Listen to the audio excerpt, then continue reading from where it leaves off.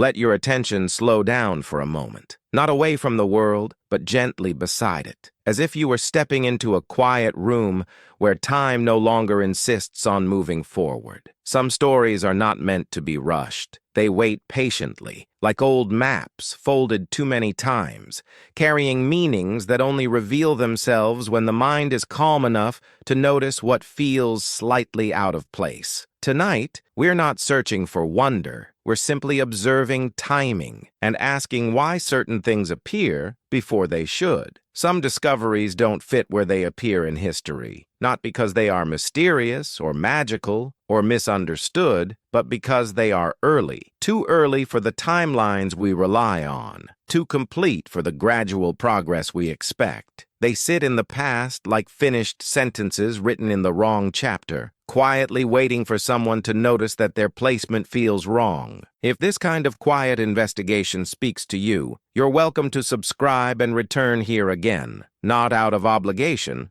but as one returns to a familiar place where questions are allowed to remain open and time is given the space it needs. Across the ancient world, we encounter traces of knowledge that seem unusually mature for the eras in which they appear. Precision where approximation should dominate. Coherence where experimentation should still be unfolding. These are not isolated curiosities, but patterns spread across cultures that never officially met. Separated by oceans, centuries, and collapses we only partially understand. We see it in the careful alignment of monumental structures with celestial cycles that require long observation and mathematical consistency. We see it in calendars that model planetary movements with an accuracy that suggests inherited frameworks rather than tentative discovery. We see it in systems of measurement and geometry that arrive fully articulated without the messy record of trial and error we expect from innovation. In this chapter of the 3i Atlas series, we are not suggesting lost super-civilizations or forgotten machines hidden beneath the earth. That idea is tempting but unnecessary. The question we're asking is narrower, quieter, and far more uncomfortable. Why does complex knowledge so often appear suddenly intact after periods of collapse and reset? Why does complex knowledge so often appear suddenly intact after periods of collapse and reset? The question lingers because it doesn't accuse the past of being superior. It simply challenges the idea that knowledge must always grow in a smooth, upward line. What if it doesn't? What if it moves in pulses, interrupted by forgetting, carried forward unevenly through time? Modern history is built on the assumption of linear progress. Stone becomes bronze. Bronze becomes iron. Simple tools become complex systems. The story feels orderly, reassuring, almost inevitable, but the archaeological record does not always cooperate with this structure. Instead of gradual refinement, we often find abrupt arrivals, systems that appear with no clear developmental ancestry, methods that seem to skip steps. In ancient Egypt, for example, the earliest monumental stone constructions already display extraordinary precision. The alignment of massive structures to cardinal directions occurs with an accuracy that later periods struggle to match. This is not the expected curve of experimentation and improvement. It looks more like application than discovery, as if the knowledge guiding these works was already stable when it entered the record. A similar pattern appears in early Mesopotamia. The earliest written astronomical records do not begin with vague observations. They present organized cycles, repeatable calculations, and a structured understanding of time itself. Lunar periods, planetary motions, eclipse patterns. These are not tentative notes scribbled by beginners. They are systems, already coherent. In Mesoamerica, complex calendars emerge with remarkable internal consistency. Interlocking cycles measuring solar, lunar, and ritual time align with astronomical realities in ways that require long-term observation across generations. Yet the historical trail behind them is thin. The mathematics appears mature from the moment it becomes visible. In each case, the knowledge doesn't evolve gradually in the places where we find it. It arrives, and then, in many instances, it degrades. Later versions become less precise, less ambitious, more symbolic. This reversal is difficult to explain if progress only moves forward. Resets change the rules. When societies fracture, when climates shift, when populations scatter, continuity breaks. Infrastructure disappears, writing systems vanish, but knowledge does not always vanish completely. Sometimes it survives in fragments, carried by memory, ritual, and story. When that knowledge resurfaces, stripped of its original context, it can look like sudden invention. What we may be seeing again and again is not the birth of complexity, but its reappearance. Knowledge stepping back into visibility after long periods of concealment, altered just enough to feel new, but old enough to feel strangely complete. What we may be seeing again and again is not the birth of complexity, but its reappearance. Knowledge stepping back into visibility after long periods of concealment carries a peculiar signature. It does not announce itself as ancient. It does not arrive with explanations of where it came from. It simply functions. And because it functions, later generations assume it was created where it is found. This assumption shapes how history is written. When evidence of advanced understanding appears early, the default response is compression. Timelines are tightened. Development is inferred rather than demonstrated. Missing steps are filled in conceptually because the alternative is more destabilizing. The alternative suggests that knowledge can survive catastrophe independently of the societies that produced it. Resets do not erase everything equally. Tools break, cities fall, political systems collapse quickly, but ideas behave differently. Certain forms of knowledge are light. They travel without stone or metal. They live in patterns, in sequences, in stories that can be memorized and repeated even when writing is lost. When conditions allow, those ideas can be reconstructed into systems again. This is where linear history becomes insufficient. Linear models assume continuity of institutions, schools, workshops, records, archives. But when continuity breaks, knowledge does not necessarily reset to zero. It fragments. Some parts are lost forever. Others persist in reduced, symbolic, or encoded forms. What survives is not always practical instruction, but structure. Myth is one of the most underestimated vessels of preservation, not as fantasy, but as compression. A myth can carry astronomical cycles in the movements of gods. It can store environmental memory in stories of floods and fires. It can encode social rules, measurements of time, and even spatial relationships, all disguised as narrative. When later societies inherit these myths, they inherit frameworks without manuals. Sacred architecture operates in a similar way. Alignments, proportions, and orientations can preserve astronomical and mathematical knowledge without explanation. A structure does not need to teach. It only needs to exist. Those who rebuild it, imitate it, or ritualize it may preserve its precision long after forgetting why it was built that way in the first place. When we label such appearances as invention, we may be misunderstanding the process. Invention implies origin. What we may be observing instead is translation. Old knowledge adapting to new conditions, new languages, new materials. Each translation loses something, gains something else, and leaves behind the illusion of sudden brilliance. The discomfort comes from timing. If knowledge can survive collapse in this way, then the past becomes deeper than our timelines suggest. Not longer in years, but denser in experience. Layers of understanding folding into one another, resurfacing unevenly, leaving us with moments that feel out of time. And if that is true, then the question shifts again. Not how ancient people became advanced so quickly, but how many times knowledge has already been learned, forgotten, and learned again. How many times knowledge has already been learned, forgotten, and learned again is not a question history is comfortable asking.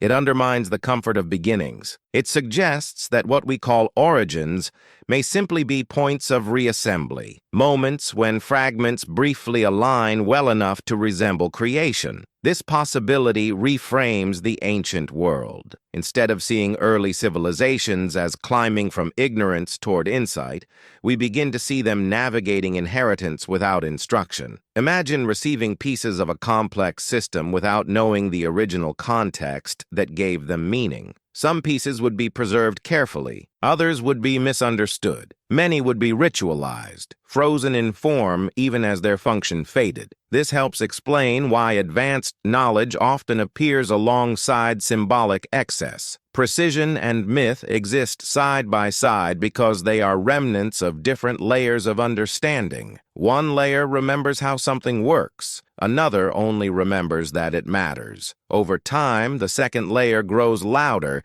because it is easier to transmit emotion than explanation. Oral traditions become essential in this environment. Repetition replaces writing. Rhythm replaces notation. Memory replaces archive. What survives is not exhaustive detail, but reliable structure. The sequence of seasons, the count of days, the path of lights across the sky. These patterns can be preserved even when the reasons behind them are no longer fully understood. When later societies encounter these inherited structures, they often treat them as revelations rather than legacies. Knowledge that arrives without a visible developmental path feels inspired, sacred, given. This is not deception, it is interpretation. Without awareness of collapse before them, inheritance is indistinguishable from origin. This is why the sudden appearance of complex systems feels unsettling. It challenges not intelligence, but continuity. It asks us to consider that human understanding may not accumulate smoothly, but oscillate. Periods of refinement followed by fragmentation. Clarity followed by compression. Memory followed by myth. The most uncomfortable possibility isn't that ancient people were more advanced. It's that they were custodians, not pioneers. That much of what they carried was already old by the time it reached them, already shaped by losses we can no longer see. And if that is the case, then the breaks in history are not empty gaps. They are filters. What passes through them is not everything, but what is resilient enough to survive forgetting. The patterns that endure, the structures that can be rebuilt, the knowledge that doesn't need to explain itself to remain real, which leads us to a quieter, more difficult reflection. If knowledge can survive collapse without context, then what we inherit today may also be incomplete. And what feels newly discovered may simply be another reappearance, waiting for us to notice that its timing feels strangely familiar. That sense of familiarity without memory is subtle, but it changes how we read the past. When we stop asking who invented something first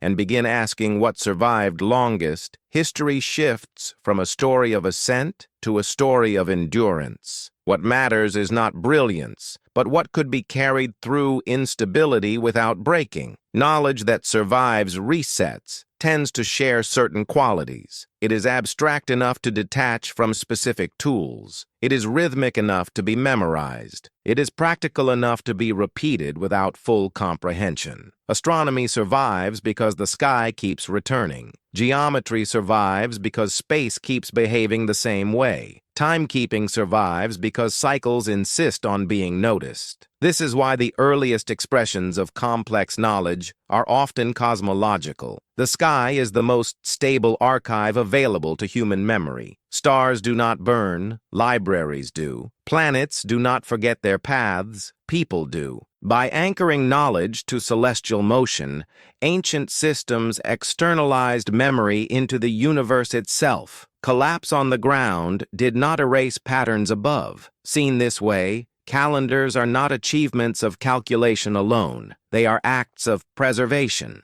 They compress generations of observation into structures that can be inherited even when explanation is lost. A society does not need to know why a cycle matters in order to keep counting it. It only needs to believe that it does. The same may be true of monumental architecture. Scale is not only about power, it is about durability. Stone remembers longer than language. Alignments carved into landscapes survive migrations, regime changes, and even meaning. Long after rituals fade, orientation remains. Long after names are forgotten, angles persist. When we encounter early precision, then, we may be looking at the surface of something much older. Not older in artifacts, but older in attention. Attention paid patiently across time, then compressed into forms resilient enough to outlast disruption. What appears as sudden mastery may actually be delayed visibility.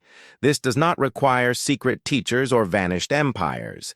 It only requires repetition, observation layered upon observation until patterns become reliable. Then catastrophe interrupts the observers, but not the patterns. When new societies arise, they find fragments already waiting. They inherit answers without the questions that produced them. And so the discomfort returns. Because if this process has happened before, it can happen again. Knowledge does not belong to any one era. It drifts, condenses, dissolves, and reforms. What we call progress may simply be one phase in a much longer cycle of remembering and forgetting. If history is shaped this way, then its quietest moments matter most. The pauses between civilizations, the dark intervals where nothing monumental is built, but something essential is carried forward, silently, intact enough to reappear when conditions allow. And that raises the final tension of this chapter. If knowledge keeps returning out of time, then the question is not why it appeared too early in the past,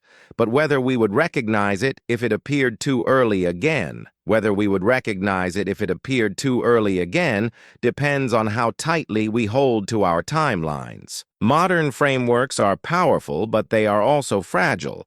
They depend on continuity, on records that survive, on the assumption that absence of evidence means absence of experience. When those conditions fail, certainty becomes an illusion. History prefers clean sequences because they are easier to teach and easier to trust. A straight line from simplicity to complexity reassures us that the present is earned. But cycles complicate that comfort. Cycles imply return without memory, advancement without awareness, loss without finality. They suggest that intelligence does not vanish. It waits. What appears unsettling about early knowledge is not its sophistication, but its confidence. There is no hesitation in its structure, no visible learning curve. It behaves as if it already knows what to expect from reality. That confidence is difficult to reconcile with first attempts, but it fits comfortably with inheritance. This perspective does not diminish ancient cultures. It deepens them. It frames them not as anomalies, but as participants in a longer human story whose earlier chapters have been thinned by time.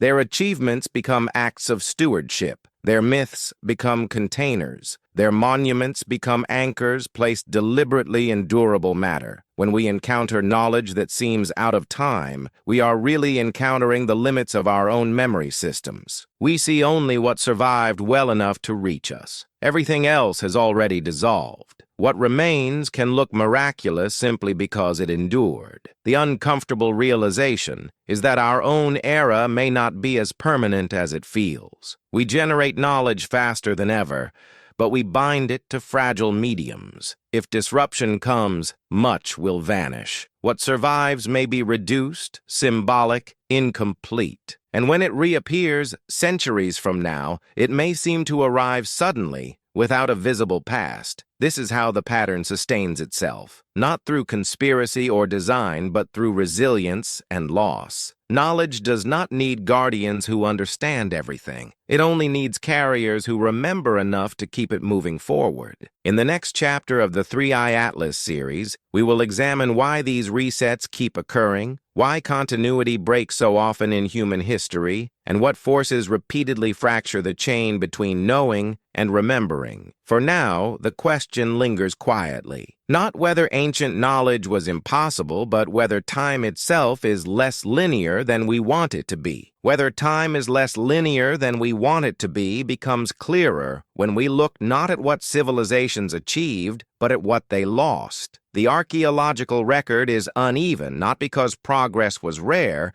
but because continuity was fragile. Long stretches of human experience leave almost no trace, not because nothing happened, but because what happened could not survive disruption. Between visible eras, there are shadows. Centuries where population drops, climates destabilize, coastlines shift, and social memory thins. These intervals are often treated as empty space between meaningful chapters, but emptiness is a projection. In reality, these periods may have been dense with adaptation, improvisation, and quiet preservation. When survival becomes the priority, abstraction becomes valuable. You do not carry libraries across collapse. You carry patterns. You carry counts. You carry stories that encode more than they say. What endures is what can be remembered without tools, without institutions, without explanation. Knowledge condenses under pressure. This condensation changes how knowledge looks when it reemerges. It is no longer exploratory. It is efficient. It has shed uncertainty. What remains appears refined, not because it was perfected recently, but because everything unnecessary was stripped away by time. Precision survives because it was essential. Speculation dissolves because it was optional. This may explain why early systems feel complete rather than experimental. They are not drafts. They are survivors. They are what made it through compression. When later societies encounter them, they do not see the long process that shaped them. They see only the result and mistake it for sudden insight. If we accept this, then history becomes less about invention and more about transmission under constraint. Civilizations are not isolated creators, but temporary stewards in a chain that stretches beyond recorded time. Each link modifies what it receives, consciously or not, then passes it on in altered form. This reframing does not require belief in a lost golden age.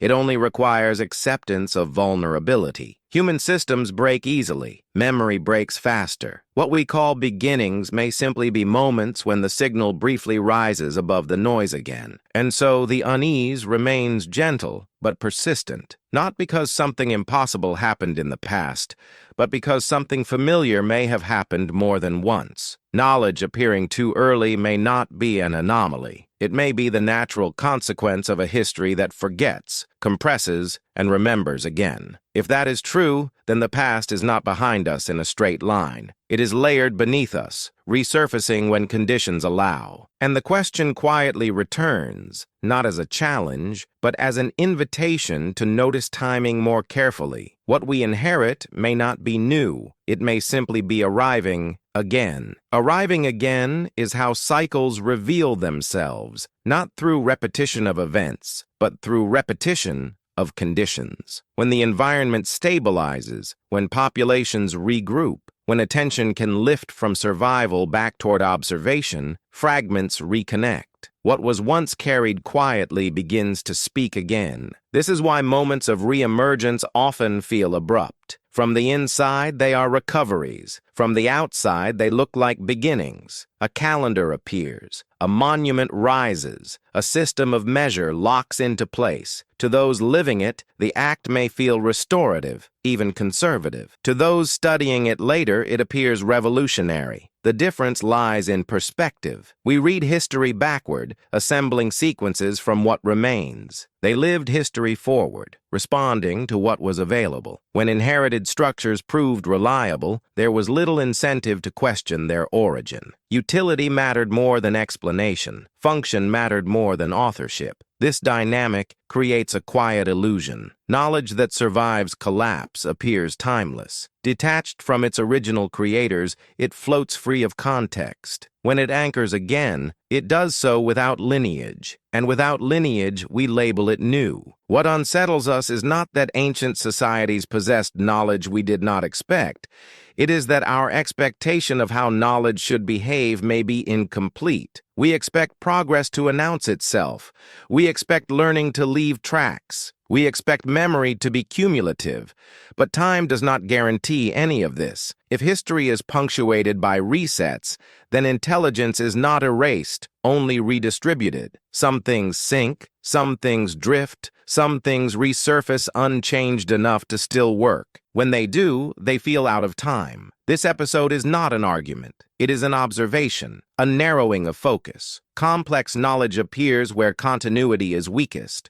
Precision survives where explanation does not. Inheritance hides behind the appearance of invention. As we move forward in the 3i Atlas series, we will look more closely at the resets themselves, the forces that fracture continuity, the patterns of collapse that repeat across geography and era, and the reasons the chain keeps breaking. For now, let the discomfort remain gentle. Not everything out of place is impossible. Some things are simply early. Some things are simply early, and that subtle distinction opens the door to a larger problem. Once we accept that knowledge can arrive before its context is ready, the idea of a strictly linear timeline begins to loosen. History no longer behaves like a ladder. It behaves more like a field marked by interruptions, where growth depends not only on intelligence, but on stability. Linear history assumes accumulation. Each generation builds upon the last, preserving gains and adding refinements. But accumulation requires uninterrupted transmission.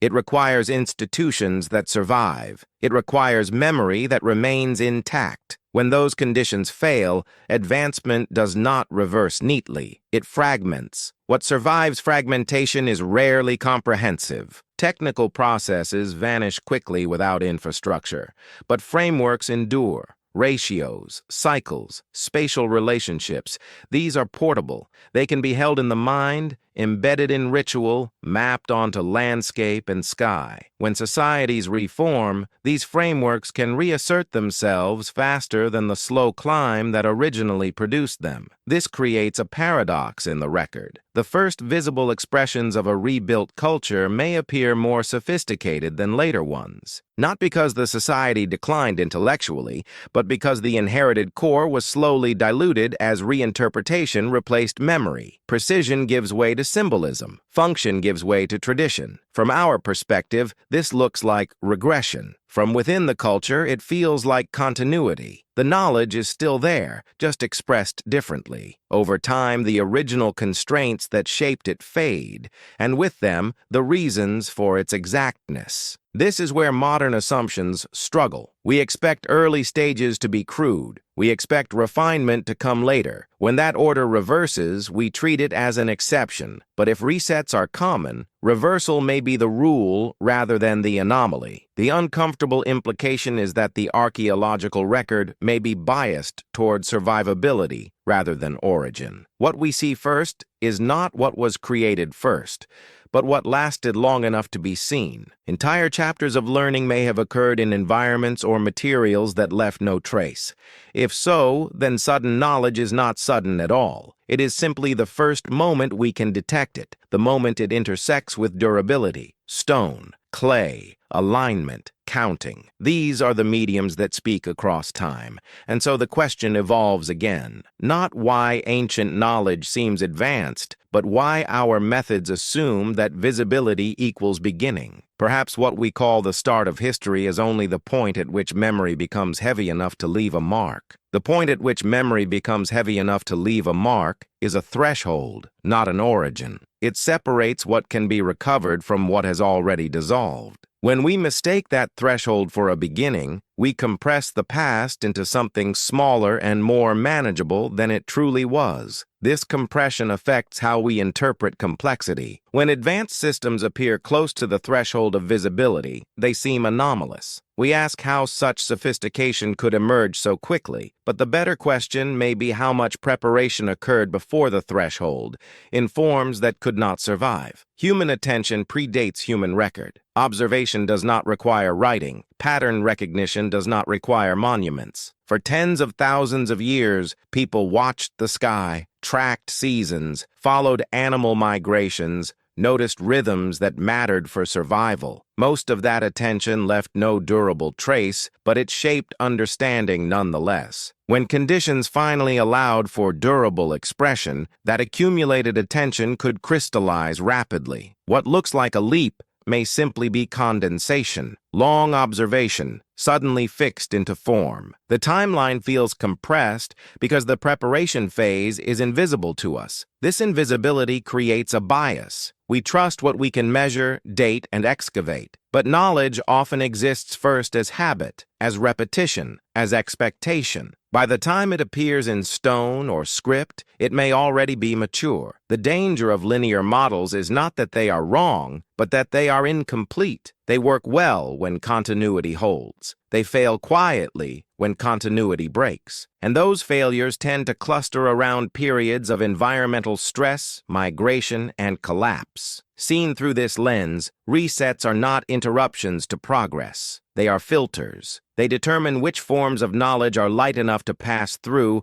and which are too dependent on structure to survive. What emerges on the other side is not a blank slate, but a narrowed inheritance. This inheritance shapes the next visible chapter of history, not as invention, but as reassembly. Fragments reconnect. Patterns are reapplied. Meaning is rebuilt around what remains. And because the deeper past is absent, the reassembly looks like creation. The discomfort we feel when encountering early sophistication may be the recognition of this process. A quiet signal that we are seeing results without access to the process that produced them. If that is true, then history is less about discovering first moments and more about recognizing thresholds, points where human memory becomes visible again, carrying more with it than we expect. And once we accept that, the idea of knowledge appearing out of time becomes less mysterious and more revealing. More revealing, perhaps, than mysterious. Because once we begin to see history as a sequence of thresholds rather than origins, the emphasis shifts from invention to survival. What mattered most was not who discovered something first, but what could endure long enough to be rediscovered. This perspective reframes the role of collapse. Instead of erasing progress,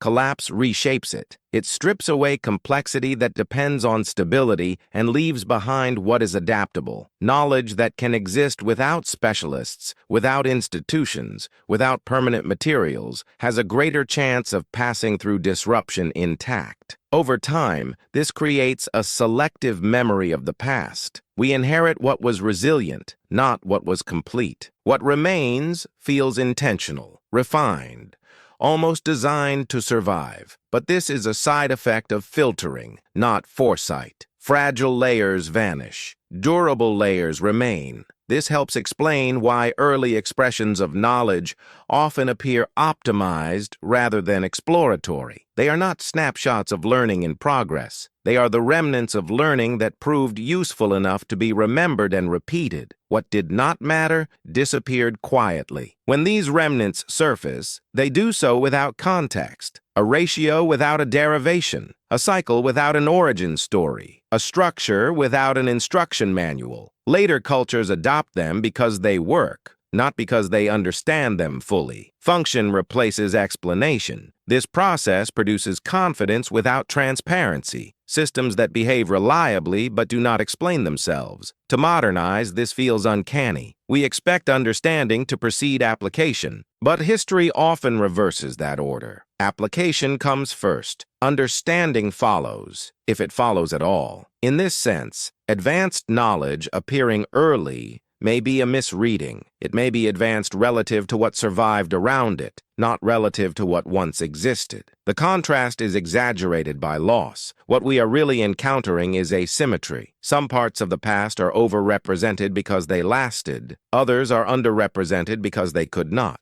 The result is a distorted picture that makes certain moments feel out of place. Recognizing this does not solve the puzzle. It deepens it, because it suggests that what we know of ancient knowledge is not a fair sample. It is a curated residue shaped by collapse, chance, and durability. And if that is so, then every moment of sudden sophistication is also a reminder of what we no longer see, a signal that something preceded it, quietly, patiently, long enough to leave behind something that still works. The knowledge did not appear suddenly. It simply became visible. It simply became visible, and visibility can be deceptive. What we see is shaped not only by what existed, but by what survived long enough to be seen. This creates a subtle illusion in the historical record, one where endurance masquerades as origin and survival is mistaken for innovation. When knowledge passes through collapse, it often loses its explanatory layers first. Context erodes faster than structure. The reasons behind a method vanish before the method itself. What remains is behavior without memory, practice without provenance. Later generations inherit results,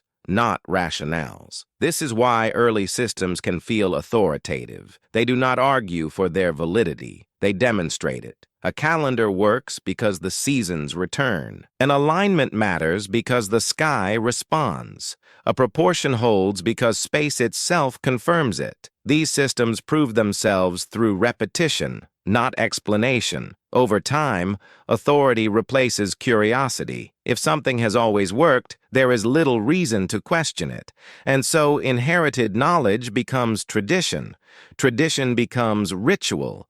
Ritual becomes identity. The original investigative impulse that created the knowledge fades, replaced by preservation. This transition is difficult to detect archaeologically. The stones look the same. The counts remain accurate. The cycles continue. What changes is invisible. The relationship between the observer and the knowledge shifts from discovery to maintenance. When we encounter such systems at the beginning of recorded history, we assume they were invented in that state. We rarely consider that they may represent the final, most resilient layer of a much deeper investigative process. The rest has already been stripped away. This stripping effect is cumulative. Each reset removes more context, leaving behind cleaner, more abstract cores. What passes through multiple collapses becomes increasingly symbolic, increasingly compressed. Precision may remain, but meaning becomes thinner. This is where myth re-enters the picture, not as error, but as adaptation. When explanation is lost, story takes its place. Narrative becomes a scaffold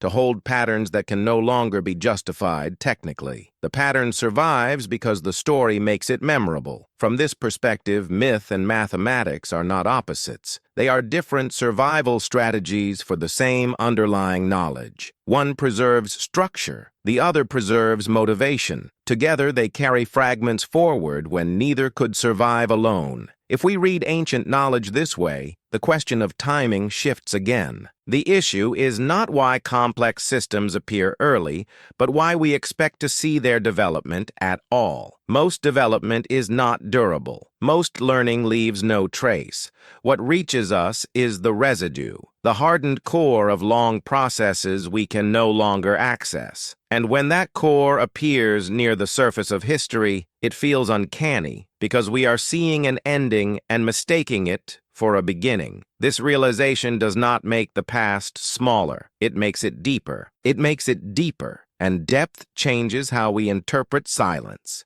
Gaps in the record stop feeling like empty space and begin to feel like pressure zones, places where information was compressed rather than erased. The absence of evidence becomes less a failure of inquiry and more a clue about what kinds of knowledge could not survive intact. What disappears first are processes, experiments, debates, corrections. These are fragile activities, dependent on time, stability, and continuity of attention. What survives are conclusions, patterns that worked well enough to be remembered and repeated. This imbalance makes the past appear strangely confident. In this light, early knowledge does not look advanced because it was perfected quickly. It looks advanced because it is the most distilled layer of a long process whose earlier stages are gone. Like a fossilized footprint, it tells us that something passed through, not how it moved. This also explains why later societies sometimes struggle to extend inherited systems. Without access to the underlying reasoning, modification becomes risky. Change can break what works. So, preservation becomes more important than exploration. Innovation slows,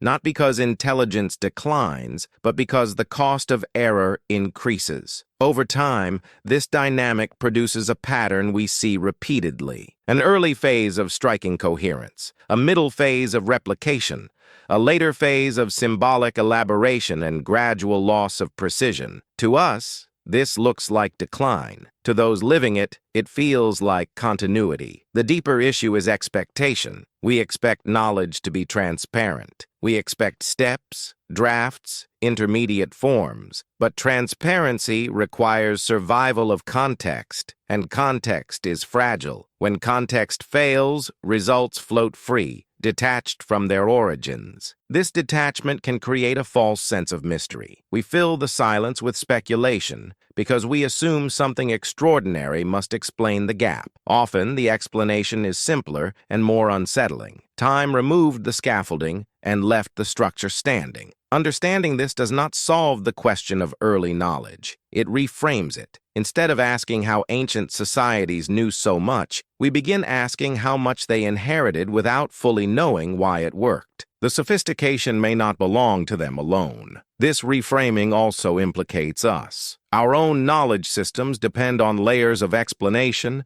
documentation, and digital memory that may not survive disruption. If they fracture, what remains may look oddly complete to those who find it later. They may see our conclusions without our questions, our results without our reasoning, and they may wonder how such knowledge appeared so early. So early that it challenges the way we locate ourselves in time. The discomfort does not come from the past alone.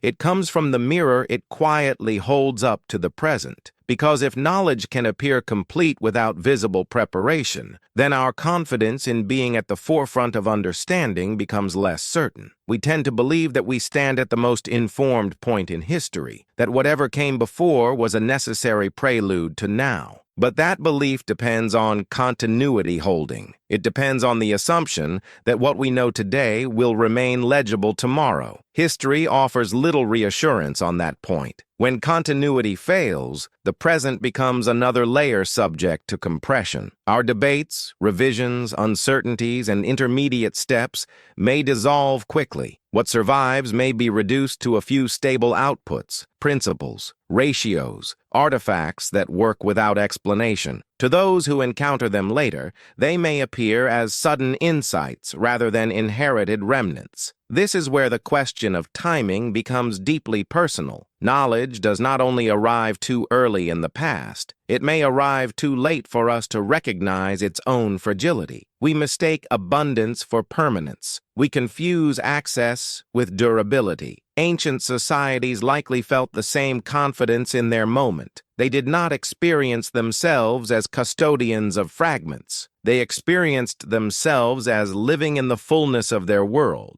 Collapse is rarely anticipated. It arrives gradually, then suddenly, and by the time it is understood, continuity has already broken. Seen this way, the appearance of advanced knowledge after resets is not surprising. It is inevitable. Whatever survives will look disproportionate to what remains around it. Precision will stand out against loss. Structure will seem anomalous amid disorder. This reframes the entire discussion. The problem is not that ancient knowledge was too advanced. It is that our expectations of historical smoothness are too optimistic. We want clean progressions. Time offers fragments. If knowledge behaves this way, then our role shifts. We are not only creators, we are carriers. What we choose to encode, externalize, and anchor to durable systems may determine how we are remembered or misunderstood. The past may not be warning us about mystery. It may be warning us about memory. Memory is quieter than mystery, but far more demanding. It requires intention. It requires choices about what deserves to last when everything else cannot.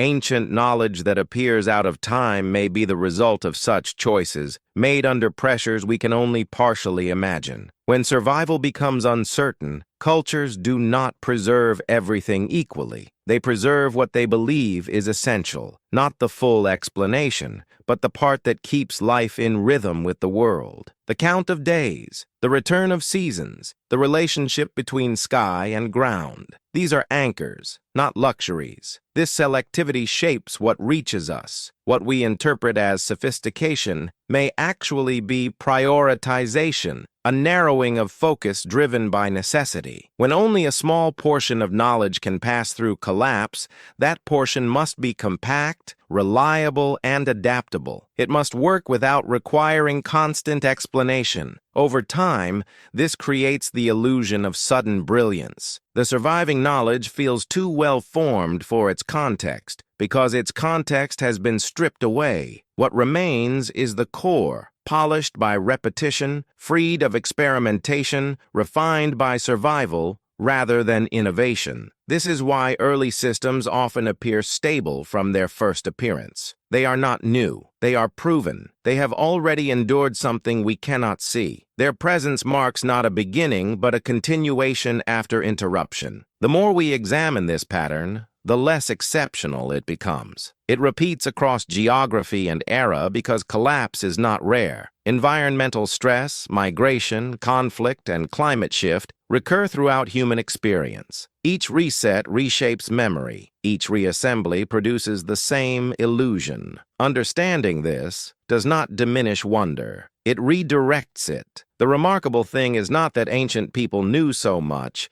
but that anything survived at all. That patterns could cross darkness intact enough to still function, that attention could outlast institutions. And so the theme of this chapter resolves quietly. Knowledge that should not exist yet does not violate history. It exposes its fractures. It reveals where continuity failed and inheritance took over. As we move forward, the focus will shift from what survived to why so much did not. The resets themselves demand attention, because until we understand what keeps breaking the chain, we cannot fully understand what keeps managing to endure. What keeps breaking the chain is not a single force, but a convergence. History fractures when multiple pressures align, when environmental stress amplifies social tension, when mobility increases and memory loses its anchors. These moments do not erase knowledge evenly. They shear it, separating what can travel from what cannot. Written systems are among the first casualties. Writing depends on stability,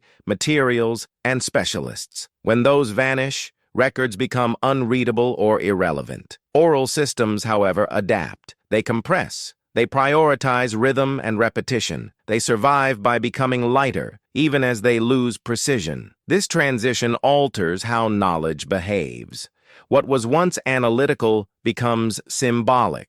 What was once technical becomes sacred, not because truth is abandoned, but because meaning becomes the vehicle for survival. A story can travel where a manual cannot. Over time, this creates layered inheritance. One generation receives a structure, the next receives a story explaining why it matters. The next receives only the ritual. Each layer is a response to loss, not ignorance. Each is an attempt to keep something alive when conditions no longer support its original form. When later historians encounter the earliest visible layer, they often mistake it for origin. They see the structure and assume invention. They see the ritual and assume belief. What they rarely see is the long sequence of adaptations that allowed either to reach them at all. This is why timing feels wrong. The knowledge appears too coherent, too confident, too complete. But coherence is a survival trait. Confidence is what remains when uncertainty has been filtered out. Completeness is an illusion created by absence. If we could see what was lost, the early knowledge might feel less surprising. But loss leaves no evidence. It leaves only contrast. Precision standing against silence. Understanding this changes how we listen to the past. We stop asking why ancient systems were so advanced and start asking what conditions forced them to become so distilled. What pressures shaped them into forms that could cross disruption intact. The answers to those questions lead inevitably toward collapse, not as an endpoint, but as a recurring process, one that reshapes memory, filters knowledge,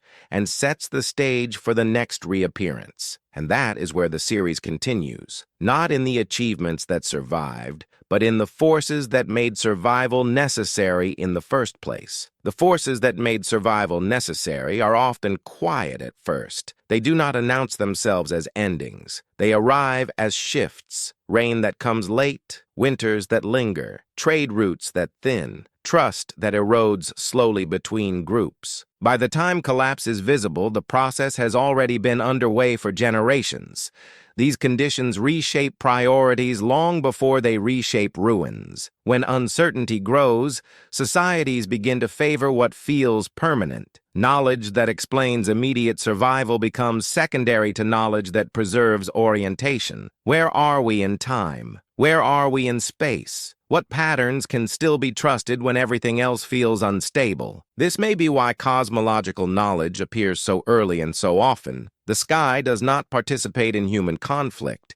It does not respond to drought or migration. It remains consistent even as the ground changes. By aligning knowledge to the sky, cultures externalize stability itself. But this alignment also comes at a cost. When knowledge is anchored to something eternal, its human origins fade faster. The system feels given rather than built, inherited rather than learned. Over time, this perception hardens, and the act of preservation replaces the act of inquiry. This creates a paradox. The more durable the knowledge, the less visible its creation becomes. The better it survives, the more it looks like it appeared whole. Survival erases the fingerprints of learning. So when we encounter ancient systems that seem complete from the beginning, we are likely seeing the end state of a long refinement, not the start. A form that has already passed through pressure, already proven its ability to endure. This realization invites humility, not about intelligence, but about memory. It reminds us that what we know of the past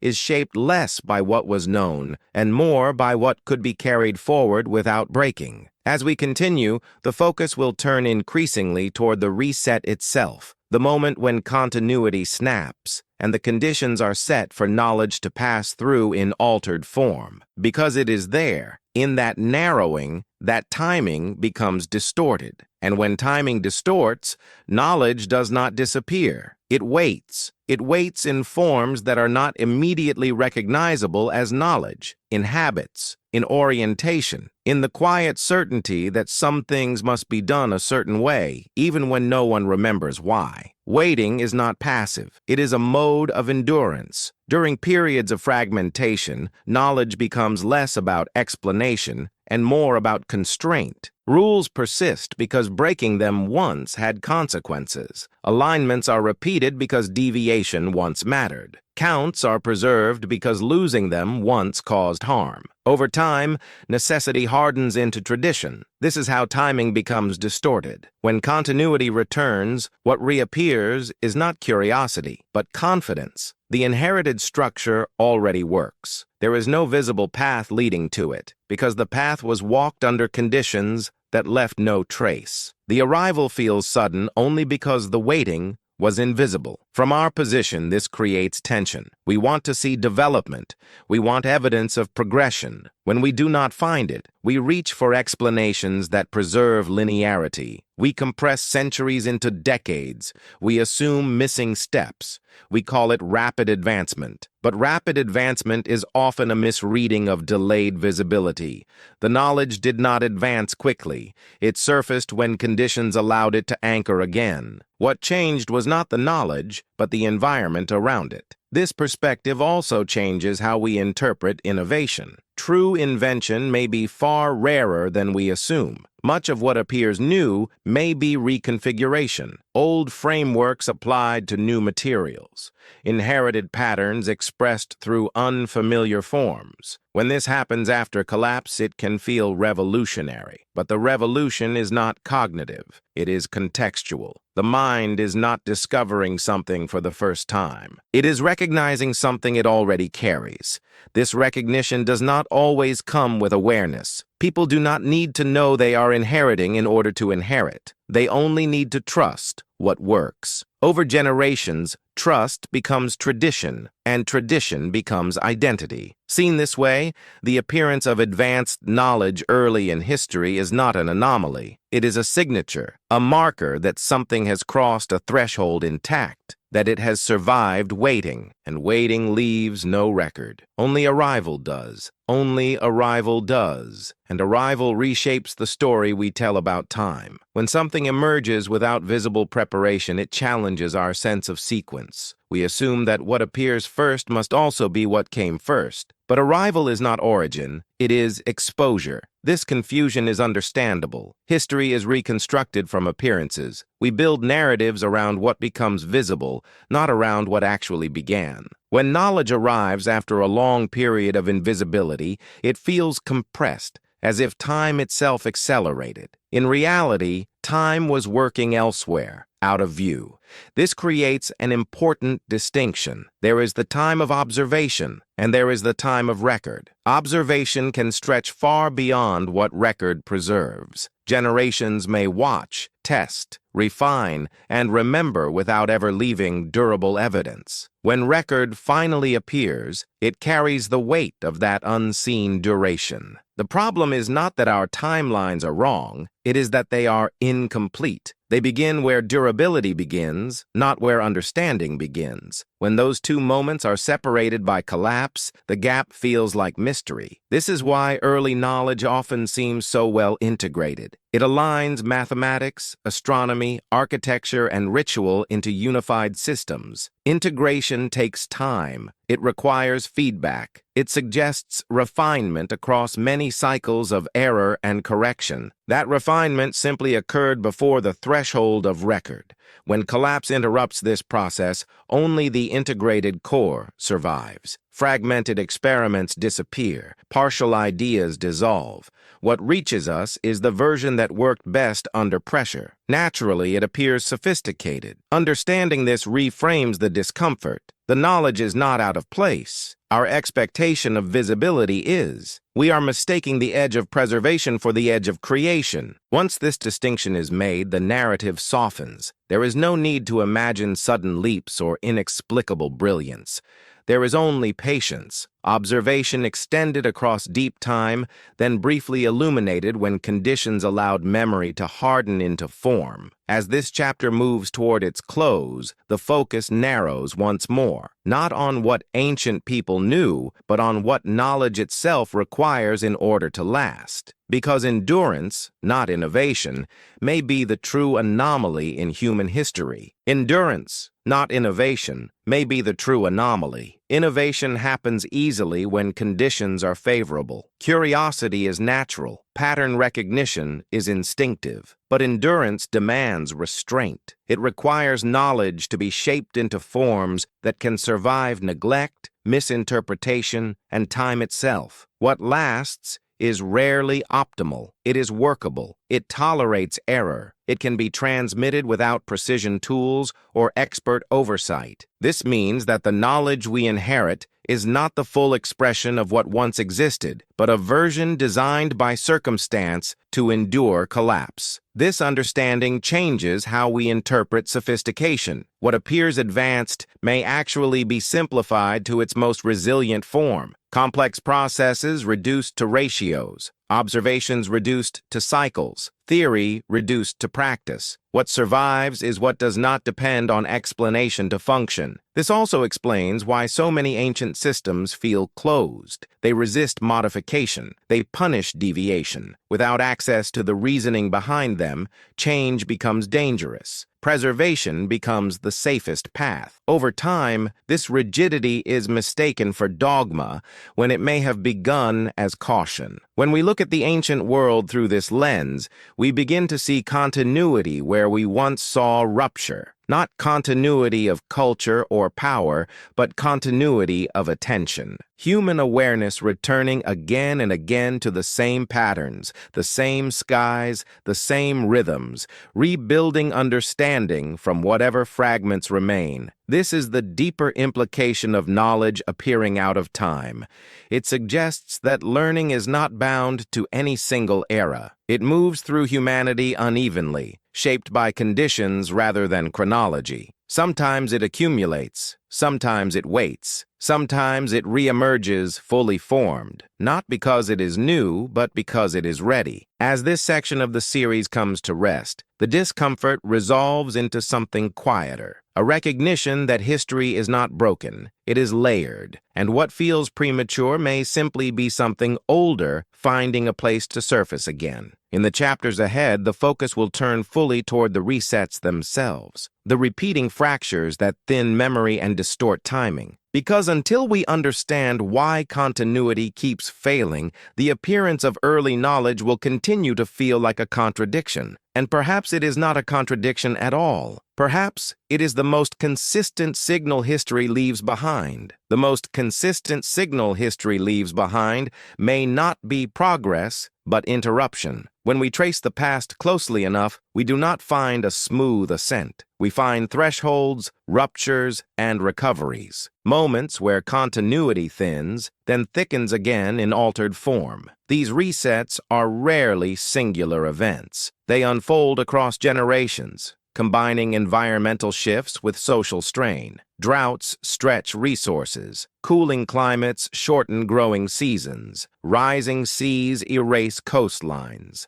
Migrations collide. In these conditions, systems that depend on complexity become liabilities. What cannot be maintained is abandoned. Knowledge responds accordingly. It sheds weight. It abandons nuance. It compresses into what can survive uncertainty. This is not a failure of intelligence. It is an adaptation to instability, and it produces the very pattern that later feels so unsettling to us. After a reset, when conditions stabilize enough for record to resume, what reappears is not a blank slate. It is a narrowed inheritance. The pieces that survived pressure are reassembled into something coherent again. To those living it, this feels like rebuilding. To those studying it later, it looks like sudden emergence. This is the hinge where catastrophe meets memory. It is not the destruction itself that shapes history most deeply, but what passes through destruction intact. Each reset acts as a filter, determining which forms of knowledge are light enough to cross and which are lost forever. When we ask why complex knowledge appears after collapse, we are really asking what kind of knowledge can survive collapse at all. The answer is consistent across eras, abstract patterns, cycles tied to natural rhythms, spatial relationships anchored to the sky and land. These do not require institutions. They require attention. This attention may be the oldest inheritance of all. Long before cities or writing, people watched. They noticed recurrence. They learned when to move, when to plant, when to wait. Over deep time, this attention accumulated quietly until it could be expressed in durable form. Resets interrupt expression, not attention itself. When the ground shifts, the watching does not stop. It adapts. And when stability returns, the watching resumes its work of making the invisible visible again. Understanding this prepares us for what follows. Because once resets are seen as recurring rather than exceptional, the appearance of early knowledge stops feeling anomalous. It becomes expected, a natural consequence of a history shaped more by survival than by uninterrupted progress. And from here, the focus must narrow further, not just to resets as events, but to their causes. Their causes are rarely singular and never clean. Resets emerge from convergence, not catastrophe alone. Climate pressure amplifies existing fragilities. Social hierarchies strain under scarcity. Trade networks collapse slowly before they disappear. By the time a society recognizes the reset, it is already living inside it. This matters because memory degrades before monuments fall. Long before stone is abandoned, systems of teaching weaken. Apprenticeships shorten. Records become inconsistent. Specialized knowledge becomes harder to maintain. What remains is what can be taught quickly, remembered easily, and trusted without constant verification. In this phase, knowledge begins to change its shape. Precision is retained where deviation would be dangerous. Other areas become symbolic. What was once a calculation becomes a ritual. What was once an explanation becomes a story. These transformations are not signs of decay, but of compression under stress. When the reset passes and stability returns, the compressed knowledge expands again. But it does not expand evenly. Some domains reappear quickly because their framework survived intact. Others lag because their scaffolding was lost. This uneven recovery creates the illusion of sudden advancement in specific areas. To us, this looks like imbalance. Architecture leaps ahead of writing. Astronomy appears before physics. Mathematics feels refined while engineering struggles. But imbalance is exactly what we should expect when inheritance, not invention, drives recovery. The error comes from assuming that all knowledge must share the same developmental pace. In reality, different forms of understanding have different survival thresholds. Some can cross-collapse with ease, others cannot. The record preserves the survivors, not the full ecosystem. This is why resets distort timing. They reorder visibility. What appears first is not what was learned first, but what endured best. When we mistake endurance for origin, the past feels out of sequence. Understanding this helps dissolve the sense of impossibility. The knowledge did not violate its era. It simply outlived its context. It arrived at the next visible threshold already shaped by pressures we can no longer see. As this pattern repeats, it becomes less mysterious and more instructive. It teaches us that history is not organized by invention dates, but by survivability, and that realization quietly shifts where we should be looking for answers, not only in what appeared, but in what endured long enough to appear at all. What endured long enough to appear often carries the marks of its journey, not obvious scars, but subtle constraints. It fits tightly within natural rhythms. It avoids dependence on fragile systems. It relies on observation rather than abstraction. These qualities are not accidental.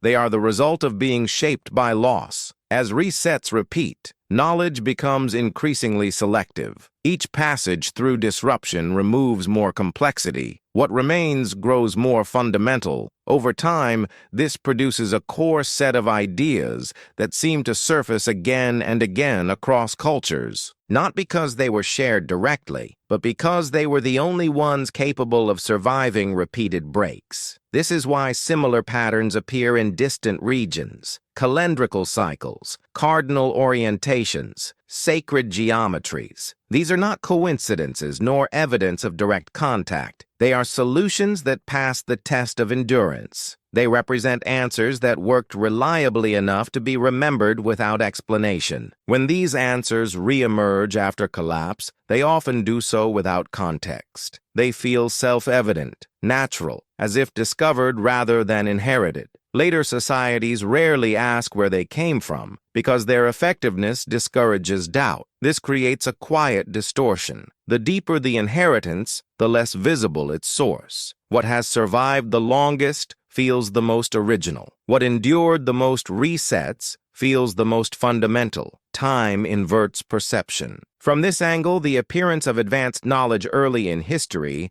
is not a challenge to chronology. It is a reflection of how memory behaves under pressure. Long attention leaves shallow traces. Short attention leaves none. As the series moves deeper, this inversion becomes critical, because once we recognize that endurance shapes visibility, we must reconsider how we define beginnings. A beginning may simply be the first moment something could no longer be forgotten. This is the threshold where history becomes readable, not because learning started there, but because memory finally found a form strong enough to remain. And so, what looks like sudden knowledge may simply be the first surviving layer of something much older, a layer polished smooth by time, loss, and repetition, a layer that carries just enough of the past to feel unsettling in the present. The question now is not whether this process occurred, it is how often it has already happened. How often it has already happened is difficult to measure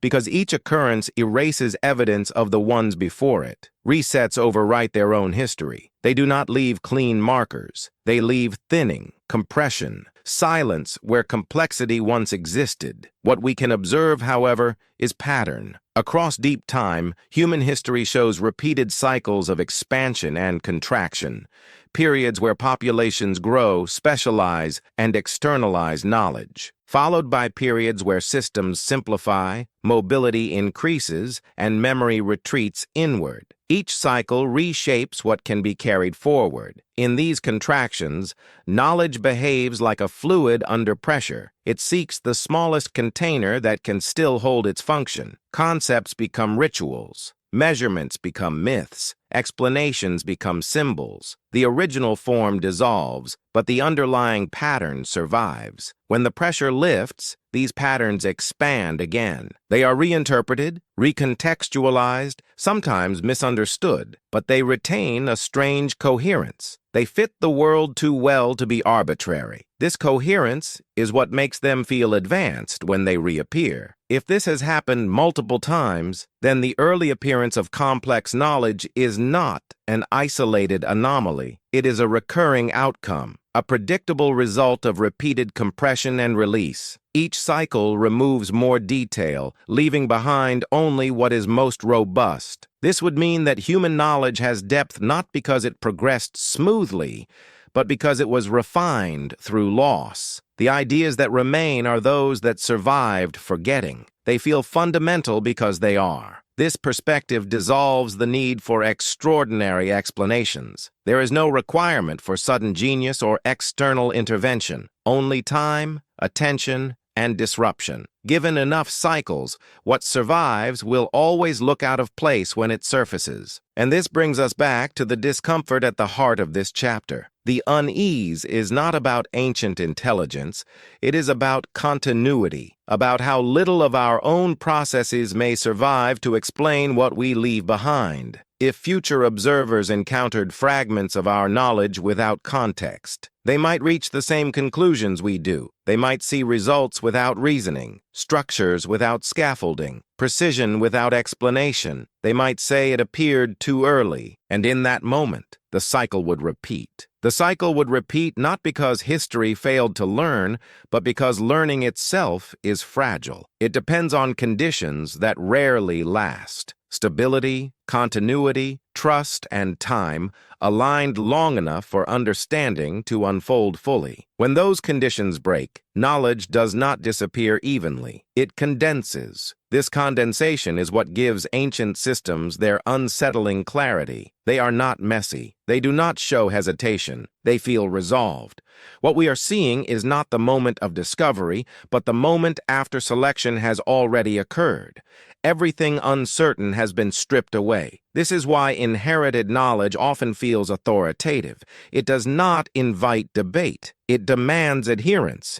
Deviation once carried risk, and that memory persists even when the reason is gone. Over generations, caution becomes reverence. Reverence becomes law. From the outside, this looks like rigidity. From within, it feels like wisdom earned through loss. The knowledge is not flexible because flexibility did not survive. What survived was what could not afford to be wrong. Understanding this helps explain why early systems sometimes resist improvement. Without access to the underlying logic, modification threatens function, so preservation becomes the highest value. Innovation waits until context returns. When context does return, it does so unevenly. Some domains recover faster than others. Astronomy reappears before physics. Geometry stabilizes before engineering. These asymmetries create the illusion of sudden leaps, when in reality they reflect differences in survivability. What we call advanced knowledge may simply be knowledge that endured the longest. Its apparent sophistication is a byproduct of filtration. It is what remains after collapse has removed everything else. This reframing shifts responsibility. It suggests that the true architects of history are not only inventors, but preservers. Those who decided what to carry, what to encode, what to anchor to sky and stone when everything else was uncertain. Their choices echo forward, shaping what later generations believe was discovered rather than inherited. And because inheritance often arrives without explanation, it feels like revelation. The past, then, is not whispering secrets about lost brilliance. It is demonstrating a process, one that continues quietly, shaping what survives, what reappears, and what feels out of time when it does. As the chapter moves deeper into its final movement, one question remains unresolved. Not what knowledge survived, but what it cost to make survival necessary in the first place. What it cost to make survival necessary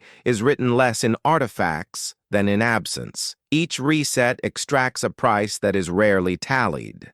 Languages thin, skills vanish, context dissolves. The human cost is not only measured in lives, but in continuity itself. What is lost cannot be fully reconstructed because loss removes the map as well as the territory. This cost accumulates across cycles. Each disruption narrows what can be passed on. Knowledge becomes more conservative, more focused on what has already proven indispensable. Risk tolerance drops. Exploration slows. What survives is what feels safe enough to trust when uncertainty dominates. From this perspective, early knowledge that feels complete may actually be the endpoint of a long defensive process. Not the flowering of curiosity, but its retreat into forms that could endure pressure. The knowledge is not expansive because expansion was no longer possible. This reframes collapse as a sculptor rather than a destroyer. It removes excess. It sharpens edges. It leaves behind cores. Those cores can look deceptively elegant, even advanced, because they are what remained after everything else was stripped away. The tragedy is not that knowledge was lost. Loss is inevitable. The tragedy is that we mistake what remains for the whole. We read the survivors as representatives when they are exceptions. We imagine beginnings where there were endings. Understanding this helps dissolve the sense of mystery surrounding early sophistication. The knowledge did not appear fully formed. It arrived fully filtered. What we see is the residue of endurance, not the expression of first discovery. As this realization settles, the narrative begins to shift again, away from explanation and toward implication. Because if this process has shaped the past repeatedly, then it is not finished. It is ongoing. The same pressures that sculpted ancient knowledge still exist. Climate shifts, resource strain, social fragmentation, memory bound to fragile systems. The conditions that produce resets have not disappeared. They have only changed form. And if those conditions return, the pattern will repeat. Knowledge will condense. Context will thin. Survivors will pass fragments forward, and those fragments will one day appear again, strangely complete, in a time that feels unprepared for them. The cycle does not end. It waits for conditions to align once more. It waits for conditions to align once more because cycles do not require intention. They require only vulnerability. When systems become complex enough, they also become brittle. When memory becomes externalized enough, it becomes fragile. These are not failures. They are trade-offs built into progress itself. Every advance creates dependency. Every specialization creates points of failure. Writing preserves more than memory, but it depends on materials, training, and stability. Digital systems preserve more than writing, but they depend on energy, networks, and constant maintenance. The more knowledge we store, the more we trust the conditions that allow storage to function. Ancient resets remind us that those conditions are temporary. When they falter, knowledge does not vanish evenly. It fractures along its dependencies. What requires constant support collapses first. What can exist independently endures. This is why the knowledge that survives feels abstract and structural. It does not need machines. It does not need institutions. It needs attention, counting, orientation, pattern recognition. These are portable capacities.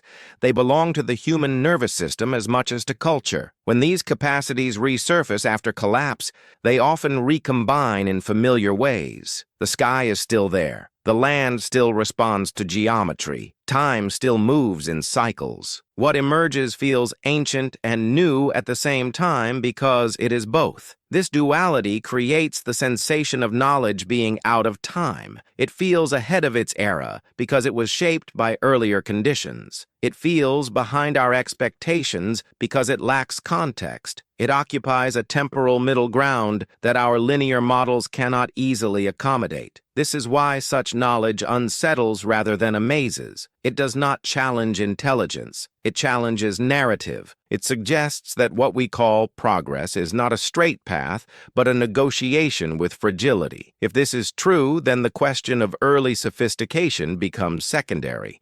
The primary question becomes one of preparedness, not whether knowledge can survive resets, but whether we recognize the process while we are inside it. Because if we are, then much of what we are creating now may not be aimed at endurance. It may be aimed at convenience, speed, scale, These priorities do not translate well across collapse. What survives will be what can be remembered without instruction, what can be reconstructed without explanation, what fits the world closely enough to prove itself again when everything else is gone. The past does not accuse us. It observes. It observes quietly, without judgment. The past does not warn. It demonstrates. It shows us what remained when everything else was stripped away, and in doing so, it reveals what kind of knowledge time seems willing to carry forward. Across cycles, the pattern is consistent. What survives collapse is not complexity, but coherence, not abundance, but alignment. Knowledge that mirrors the structure of the natural world endures longer than knowledge that depends on artificial continuity. When systems break, reality becomes the reference again. This may be why astronomy, geometry, and timekeeping reappear so reliably. They are not inventions imposed on the world. They are observations drawn from it. When memory fails, the world still behaves the same way. Those who pay attention can recover what was lost, even if they do not know it was ever known before. This recovery creates the illusion of rediscovery. Each generation believes it is finding something new, when in fact it is re-entering a familiar pattern. The sky has not changed. The cycles have not changed. Only the record of who noticed them last has been erased. In this sense, ancient knowledge does not travel forward in time. Time passes through it. Each reset clears the surface, and the same structures become visible again because they were always there. Human attention merely reconnects to them when conditions allow. This perspective dissolves the need to explain how knowledge survived intact. It did not survive as information. It survived as relationship. A relationship between observer and world that can be re-established whenever attention returns. What feels advanced, then, may simply be knowledge that is close to reality's own structure. It does not need cultural scaffolding to persist. It only needs humans to look up, to count, to notice repetition. As this act of the series comes to a close, the unease settles into something quieter. The past is not stranger than we thought. It is more patient. It waits through collapse, through forgetting, through silence, until conditions allow recognition again. In the next movement of the 3i Atlas series, attention will turn fully to the resets themselves, not as myths or disasters, but as recurring features of human history that shape what knowledge can endure. For now, the conclusion is simple and unsettling in its calm. Knowledge that shouldn't exist yet may not be ahead of its time. It may be what time itself refuses to erase. What time itself refuses to erase becomes the foundation upon which every new era quietly builds. Not consciously, not ceremonially, but through repetition. Each generation inherits a world already patterned, already structured in ways that invite certain understandings to reappear. This is where interpretation begins to matter more than evidence. Once knowledge is no longer seen as something that progresses smoothly, but as something that survives selectively, we are forced to read the past differently. Symbols stop being decoration. Myths stop being errors. Architecture stops being expression alone. They become storage. Interpretation is not about deciding whether ancient knowledge was literal or symbolic. It is about recognizing that symbolic form may have been the only form durable enough to survive. When explanation collapses, meaning takes its place. When calculation fades, narrative carries the shape of the calculation forward. This is especially true for cosmological knowledge. The movement of the sky can be encoded as God's walking paths. Cycles can become births and deaths.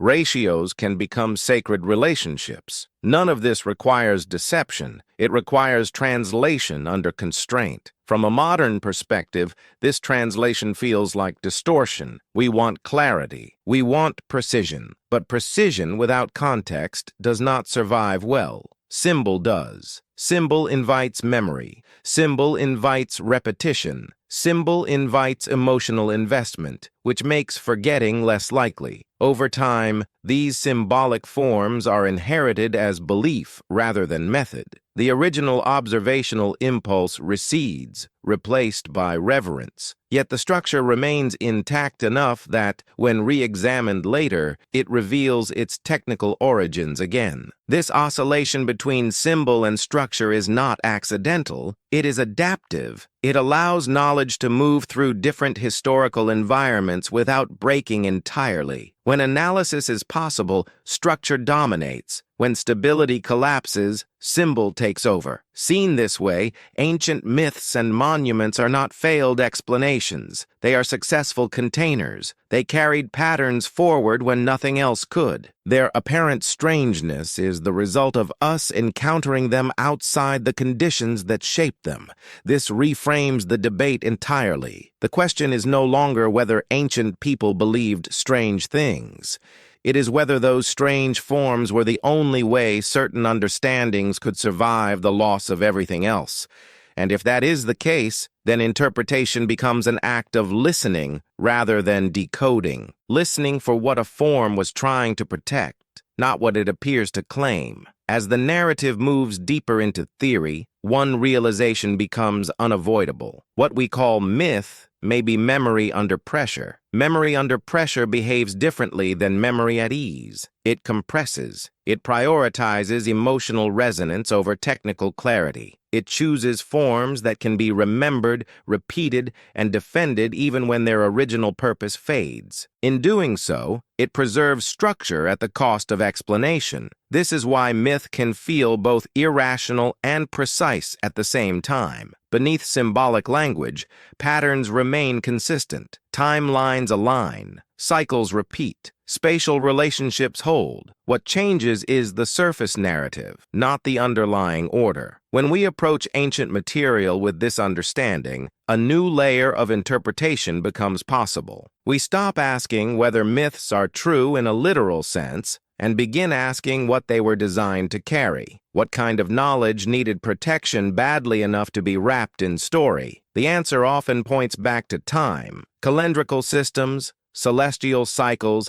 and seasonal rhythms are among the most common elements encoded mythically, not because ancient people were obsessed with the sky, but because the sky was the most reliable external reference they had. It did not collapse. It did not forget. In this context, stories of gods descending, ascending, dying, and returning begin to resemble temporal markers rather than metaphysical claims. They track recurrence. They anchor attention to predictable changes. They ensure that observation continues even when understanding erodes. This does not mean myths were consciously engineered as data storage.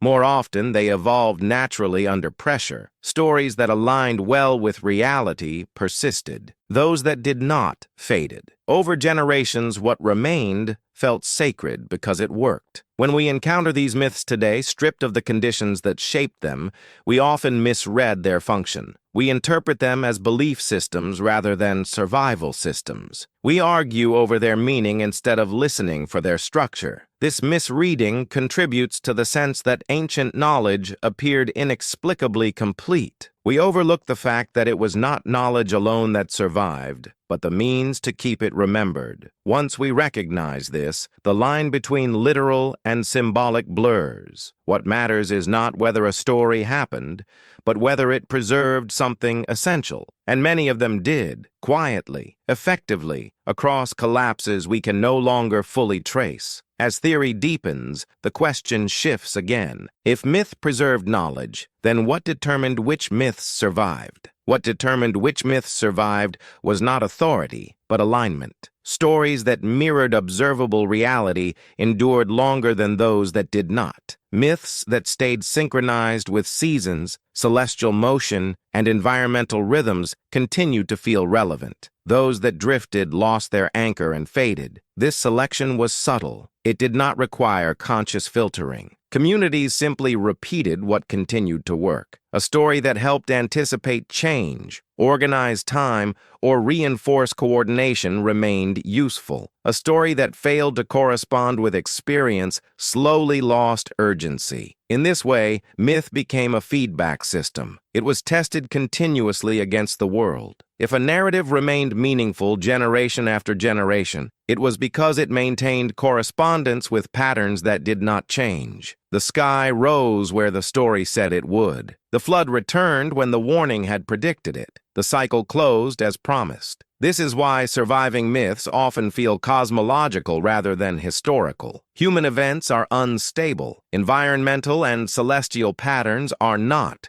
Encoding knowledge into cosmic narrative gave it a longer lifespan. The larger the reference frame, the greater the chance of survival. Over time, this process stripped myths of local detail and personal context. What remained was archetypal. Gods became movements. Battles became transitions.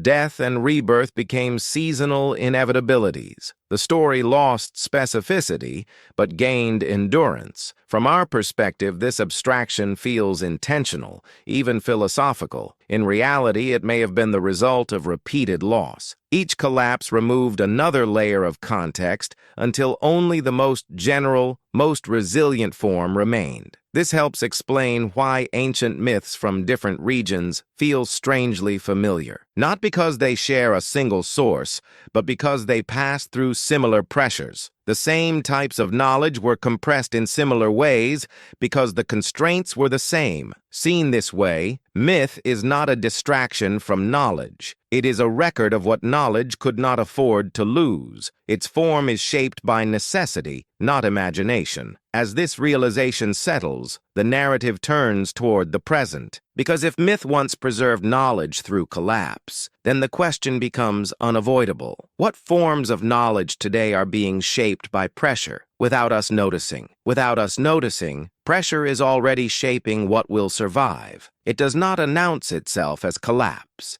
It appears as acceleration, as overload, as dependence on systems too complex to fail gracefully. Knowledge expands rapidly, but its foundations grow thinner. We assume that abundance equals security, that redundancy protects memory. But redundancy only works when systems remain compatible. When platforms change, formats decay, and infrastructure falters, vast amounts of information can become inaccessible almost instantly. What is lost is not erased, but unreadable. In this environment, knowledge begins to behave the way it always has under stress. It compresses. What is repeated most often survives longest. What is intuitive outlasts what is technical. What can be remembered without reference persists when reference disappears. This suggests that future inheritance may not resemble our present understanding at all. What survives may not be theories or explanations, but patterns. Ratios embedded in design, rhythms embedded in culture, principles embedded in habit. These will feel strangely complete to those who rediscover them later, even if the reasoning behind them is gone. From that future perspective, our era may look similar to the ancient past we now study. Fragments without context, results without process, sophistication without visible development. The same discomfort we feel toward early knowledge may one day be felt toward us. This realization completes the arc of the chapter. The problem was never that knowledge appeared too early. The problem was assuming that time guarantees continuity. It does not. Time only guarantees change. When we remove the expectation of linear preservation, the past becomes easier to understand. Ancient knowledge stops feeling anomalous and starts feeling inevitable. It is what remains when everything else has been tested and filtered by instability. As this movement of the 3i Atlas series prepares to close, the tone shifts toward reflection rather than analysis. The investigation has not uncovered a hidden truth, but a recurring process, one that binds ancient and modern worlds together more closely than we might prefer. Knowledge does not belong to any single moment. It belongs to whatever can survive forgetting. It belongs to whatever can survive forgetting, and forgetting is more powerful than destruction. Destruction removes objects. Forgetting removes meaning. A shattered monument can still be studied. A forgotten purpose cannot. What we call mystery often begins where forgetting has done its quiet work. When knowledge loses its context, it does not vanish. It drifts. It becomes detached from intention and reattached to form. A shape is repeated because it feels right. A number is honored because it aligns with experience. A direction is favored because it once mattered. The reason fades. The behavior remains. This drift is subtle, and it accumulates over generations. No one decides to forget. Forgetting happens through substitution. Explanation is replaced by tradition. Curiosity is replaced by reverence. Eventually, the form feels older than memory itself. This is how ancient systems can feel timeless. They are not timeless because they were created outside of history. They are timeless because they passed through history in forms that resisted erosion. Time could not easily grasp them, so it moved around them instead. When we encounter such systems, our instinct is to ask who made them and when. But these questions may miss what matters most. The more revealing question is why they survived. What qualities allowed them to pass through collapse intact when so much else dissolved? The answer returns again and again to alignment. Knowledge that mirrors stable features of reality endures. The sky, the seasons, the geometry of space. These are not human inventions. They are constants. Knowledge that reflects them remains relevant even when culture resets. This suggests that what we perceive as advanced may simply be what was closest to reality itself, not complex for complexity's sake, but coherent enough to be rediscovered without instruction. When people look again, the same patterns reassert themselves. Seen this way,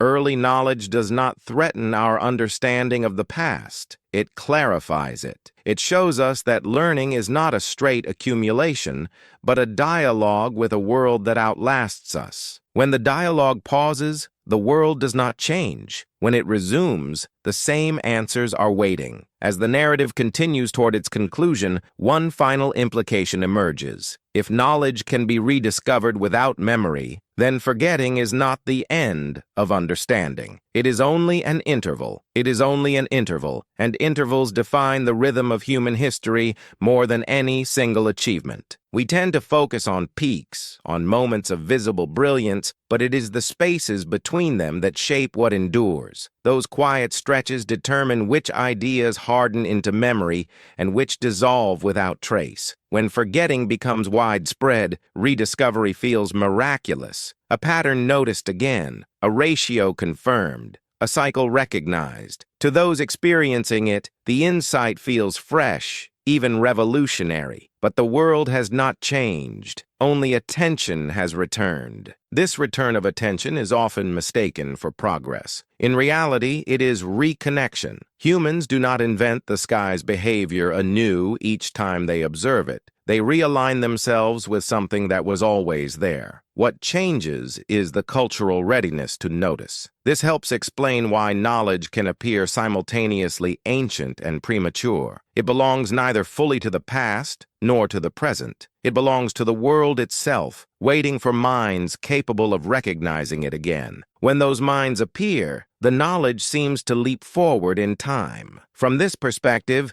the resets that interrupt history are not failures of intelligence. They are interruptions of attention. When survival dominates, attention narrows. When stability returns, attention widens. Knowledge follows the width of attention, not the passage of years. This reframing dissolves the urgency to locate a single origin point for advanced understanding. Origins matter less than continuity of observation. When observation breaks, time stretches invisibly. When it resumes, time appears to compress. This compression is what unsettles us. We see centuries of insight appear at once and assume something extraordinary must explain it. Often, the explanation is quieter. The observation never stopped entirely. It only went unrecorded. As the final movement approaches, the investigation settles into its most restrained conclusion. Nothing here requires hidden civilizations or forgotten technologies. It requires patience with time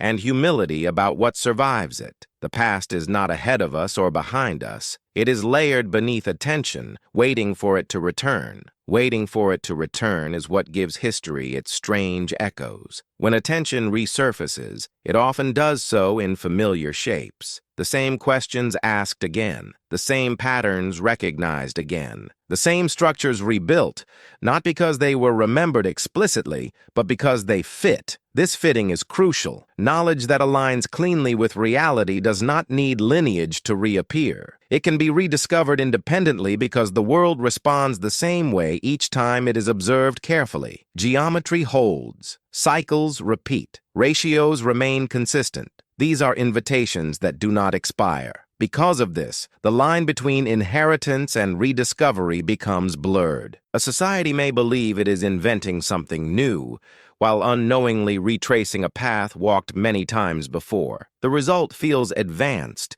because it arrives already coherent, already tested by reality itself. This coherence is often mistaken for evidence of lost instruction. We imagine teachers where there may have been none, simply because the outcome feels too refined. But refinement can emerge from repetition alone. The world corrects errors over time. What does not work falls away. What works remains. Seen this way, the most durable knowledge is not passed down so much as it is returned to. Collapse interrupts the return. Stability enables it. The rhythm continues. This realization softens the final unease. The past does not challenge us by being inexplicable. It challenges us by being familiar in ways we did not expect. The same solutions appearing again and again, wearing different names, told through different stories. As the narrative approaches its close, the emphasis shifts fully from analysis to reflection. The investigation has led not to a revelation about ancient superiority, but to a realization about continuity. Knowledge does not race forward through time. It waits for attention to catch up, and when it does,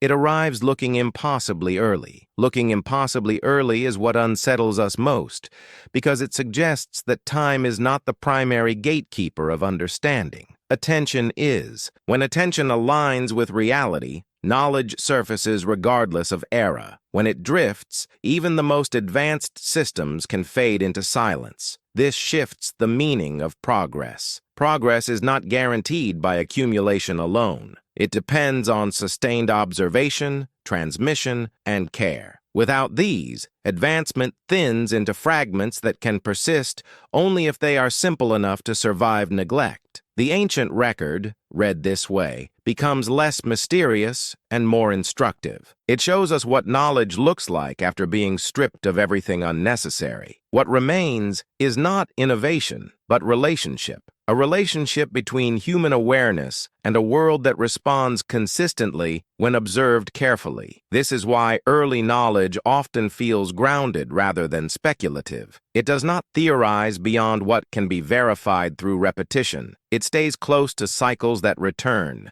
measures that hold, and alignments that confirm themselves again and again. Such knowledge does not need explanation to be trusted. It proves itself through recurrence. From our vantage point, this can feel like an affront to chronology. We expect learning to move step by step, but reality does not require steps. It requires alignment. When alignment occurs, understanding can crystallize quickly, regardless of how much time has passed since the last interruption. This realization closes the theoretical arc of the chapter. What appeared to be knowledge out of place was never ahead of its time. It was simply in sync with something deeper and more stable than historical sequence. As the series prepares to move into its final reflective movement, the investigation yields a quiet conclusion. History does not move forward evenly. It pulses, it forgets, it remembers. And in those moments of remembering, knowledge can appear fully formed, not because it is new, but because it is true enough to return. What remains, then, is not a mystery to be solved, but a pattern to be recognized, one that connects ancient silence with modern confidence, and reminds us that what feels early may simply be what has waited the longest to be seen. What has waited the longest to be seen often carries the least explanation. It does not announce itself with theories or proofs. It arrives quietly, fitting so well into the world that it feels self-evident. This quality is what gives ancient knowledge its calm authority. It does not persuade, it simply works. In the final movement of this chapter,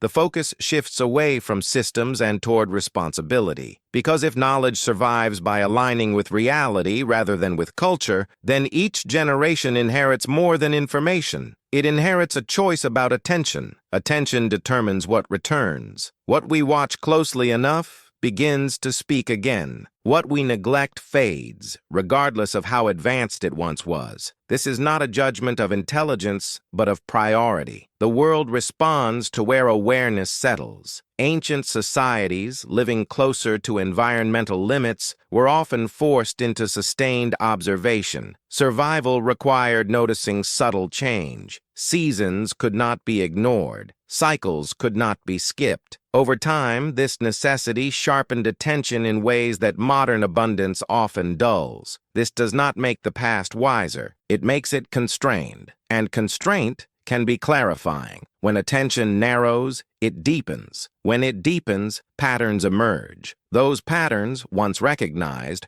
remain available to anyone willing to look again. This is why the inheritance of knowledge is not passive. It requires re-engagement. What survives is not just what was preserved, but what continues to be noticed. Knowledge that is ignored eventually dissolves, no matter how durable its container. As this realization settles, the tone becomes quieter. The investigation no longer feels like uncovering something hidden, but like remembering something obvious. The sky still moves. The land still responds. Time still cycles. None of this has changed. What changes is whether we are paying attention. In that sense, the past is not distant. It is waiting at the edge of awareness, asking to be noticed again. Asking to be noticed again is not a demand. It is an invitation. The world does not insist that we remember. It simply continues, offering the same patterns to each generation, regardless of whether they are taken up or ignored. This is where the idea of inheritance becomes less about transmission and more about relationship. Knowledge does not move forward on its own. It must be met.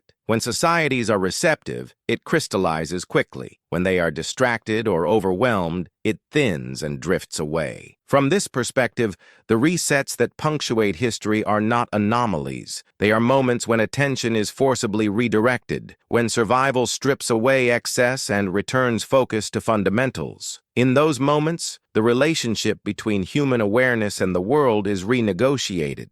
Sometimes that renegotiation produces insight.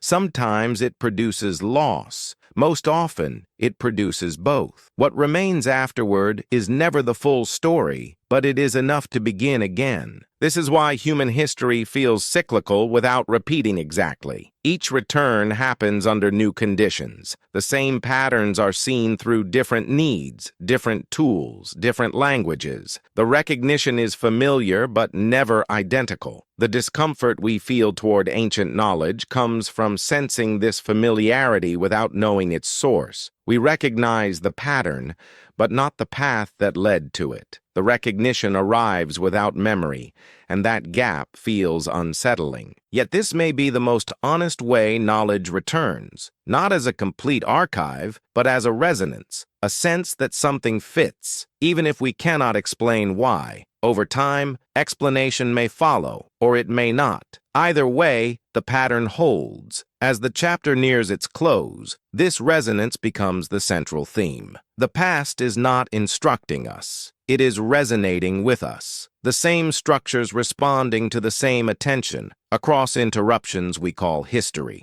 What we notice next will determine what survives next. What survives next will depend less on what we create and more on what we choose to anchor. Anchoring is an act of humility. It accepts that continuity is fragile and that not everything can be carried forward. It asks which patterns are worth binding to something more stable than culture. Ancient societies anchored knowledge to the sky, to stone, to ritual, to rhythm, not because they foresaw collapse, but because those anchors outlasted circumstance. They tied memory to what could not easily be taken away. Today, our anchors are lighter and faster, but also more vulnerable. They depend on systems that assume stability. If those systems falter, much of what we know may not vanish, but it may become inaccessible, and inaccessible knowledge is indistinguishable from lost knowledge. This does not mean decline is inevitable. It means attention matters. What we rehearse, what we embody, what we align with the world rather than with infrastructure. These are the forms of knowing most likely to endure. The ancient record does not ask us to return to the past. It asks us to notice what endured and why. It invites us to consider how much of our confidence rests on assumptions of continuity that history rarely supports. If knowledge appears out of time, it may be because it was anchored well. If it disappears,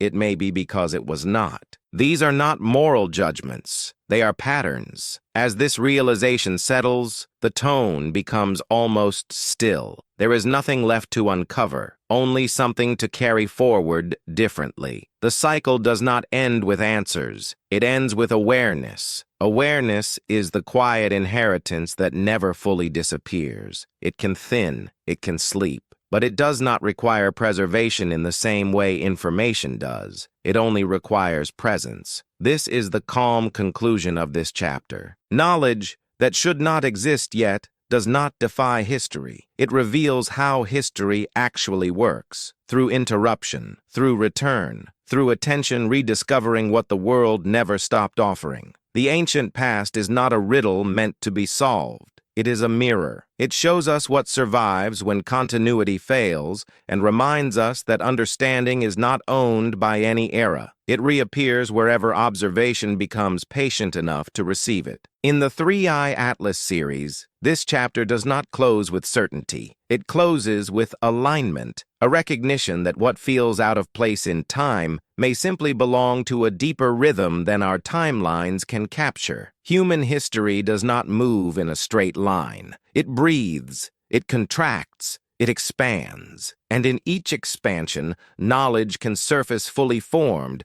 not because it is ahead of its time, but because it has returned to attention once more. If there is a final thought to carry forward, it is this: nothing truly essential is ever invented only once. It is noticed, remembered, forgotten, and noticed again. And somewhere in that quiet return, history begins anew,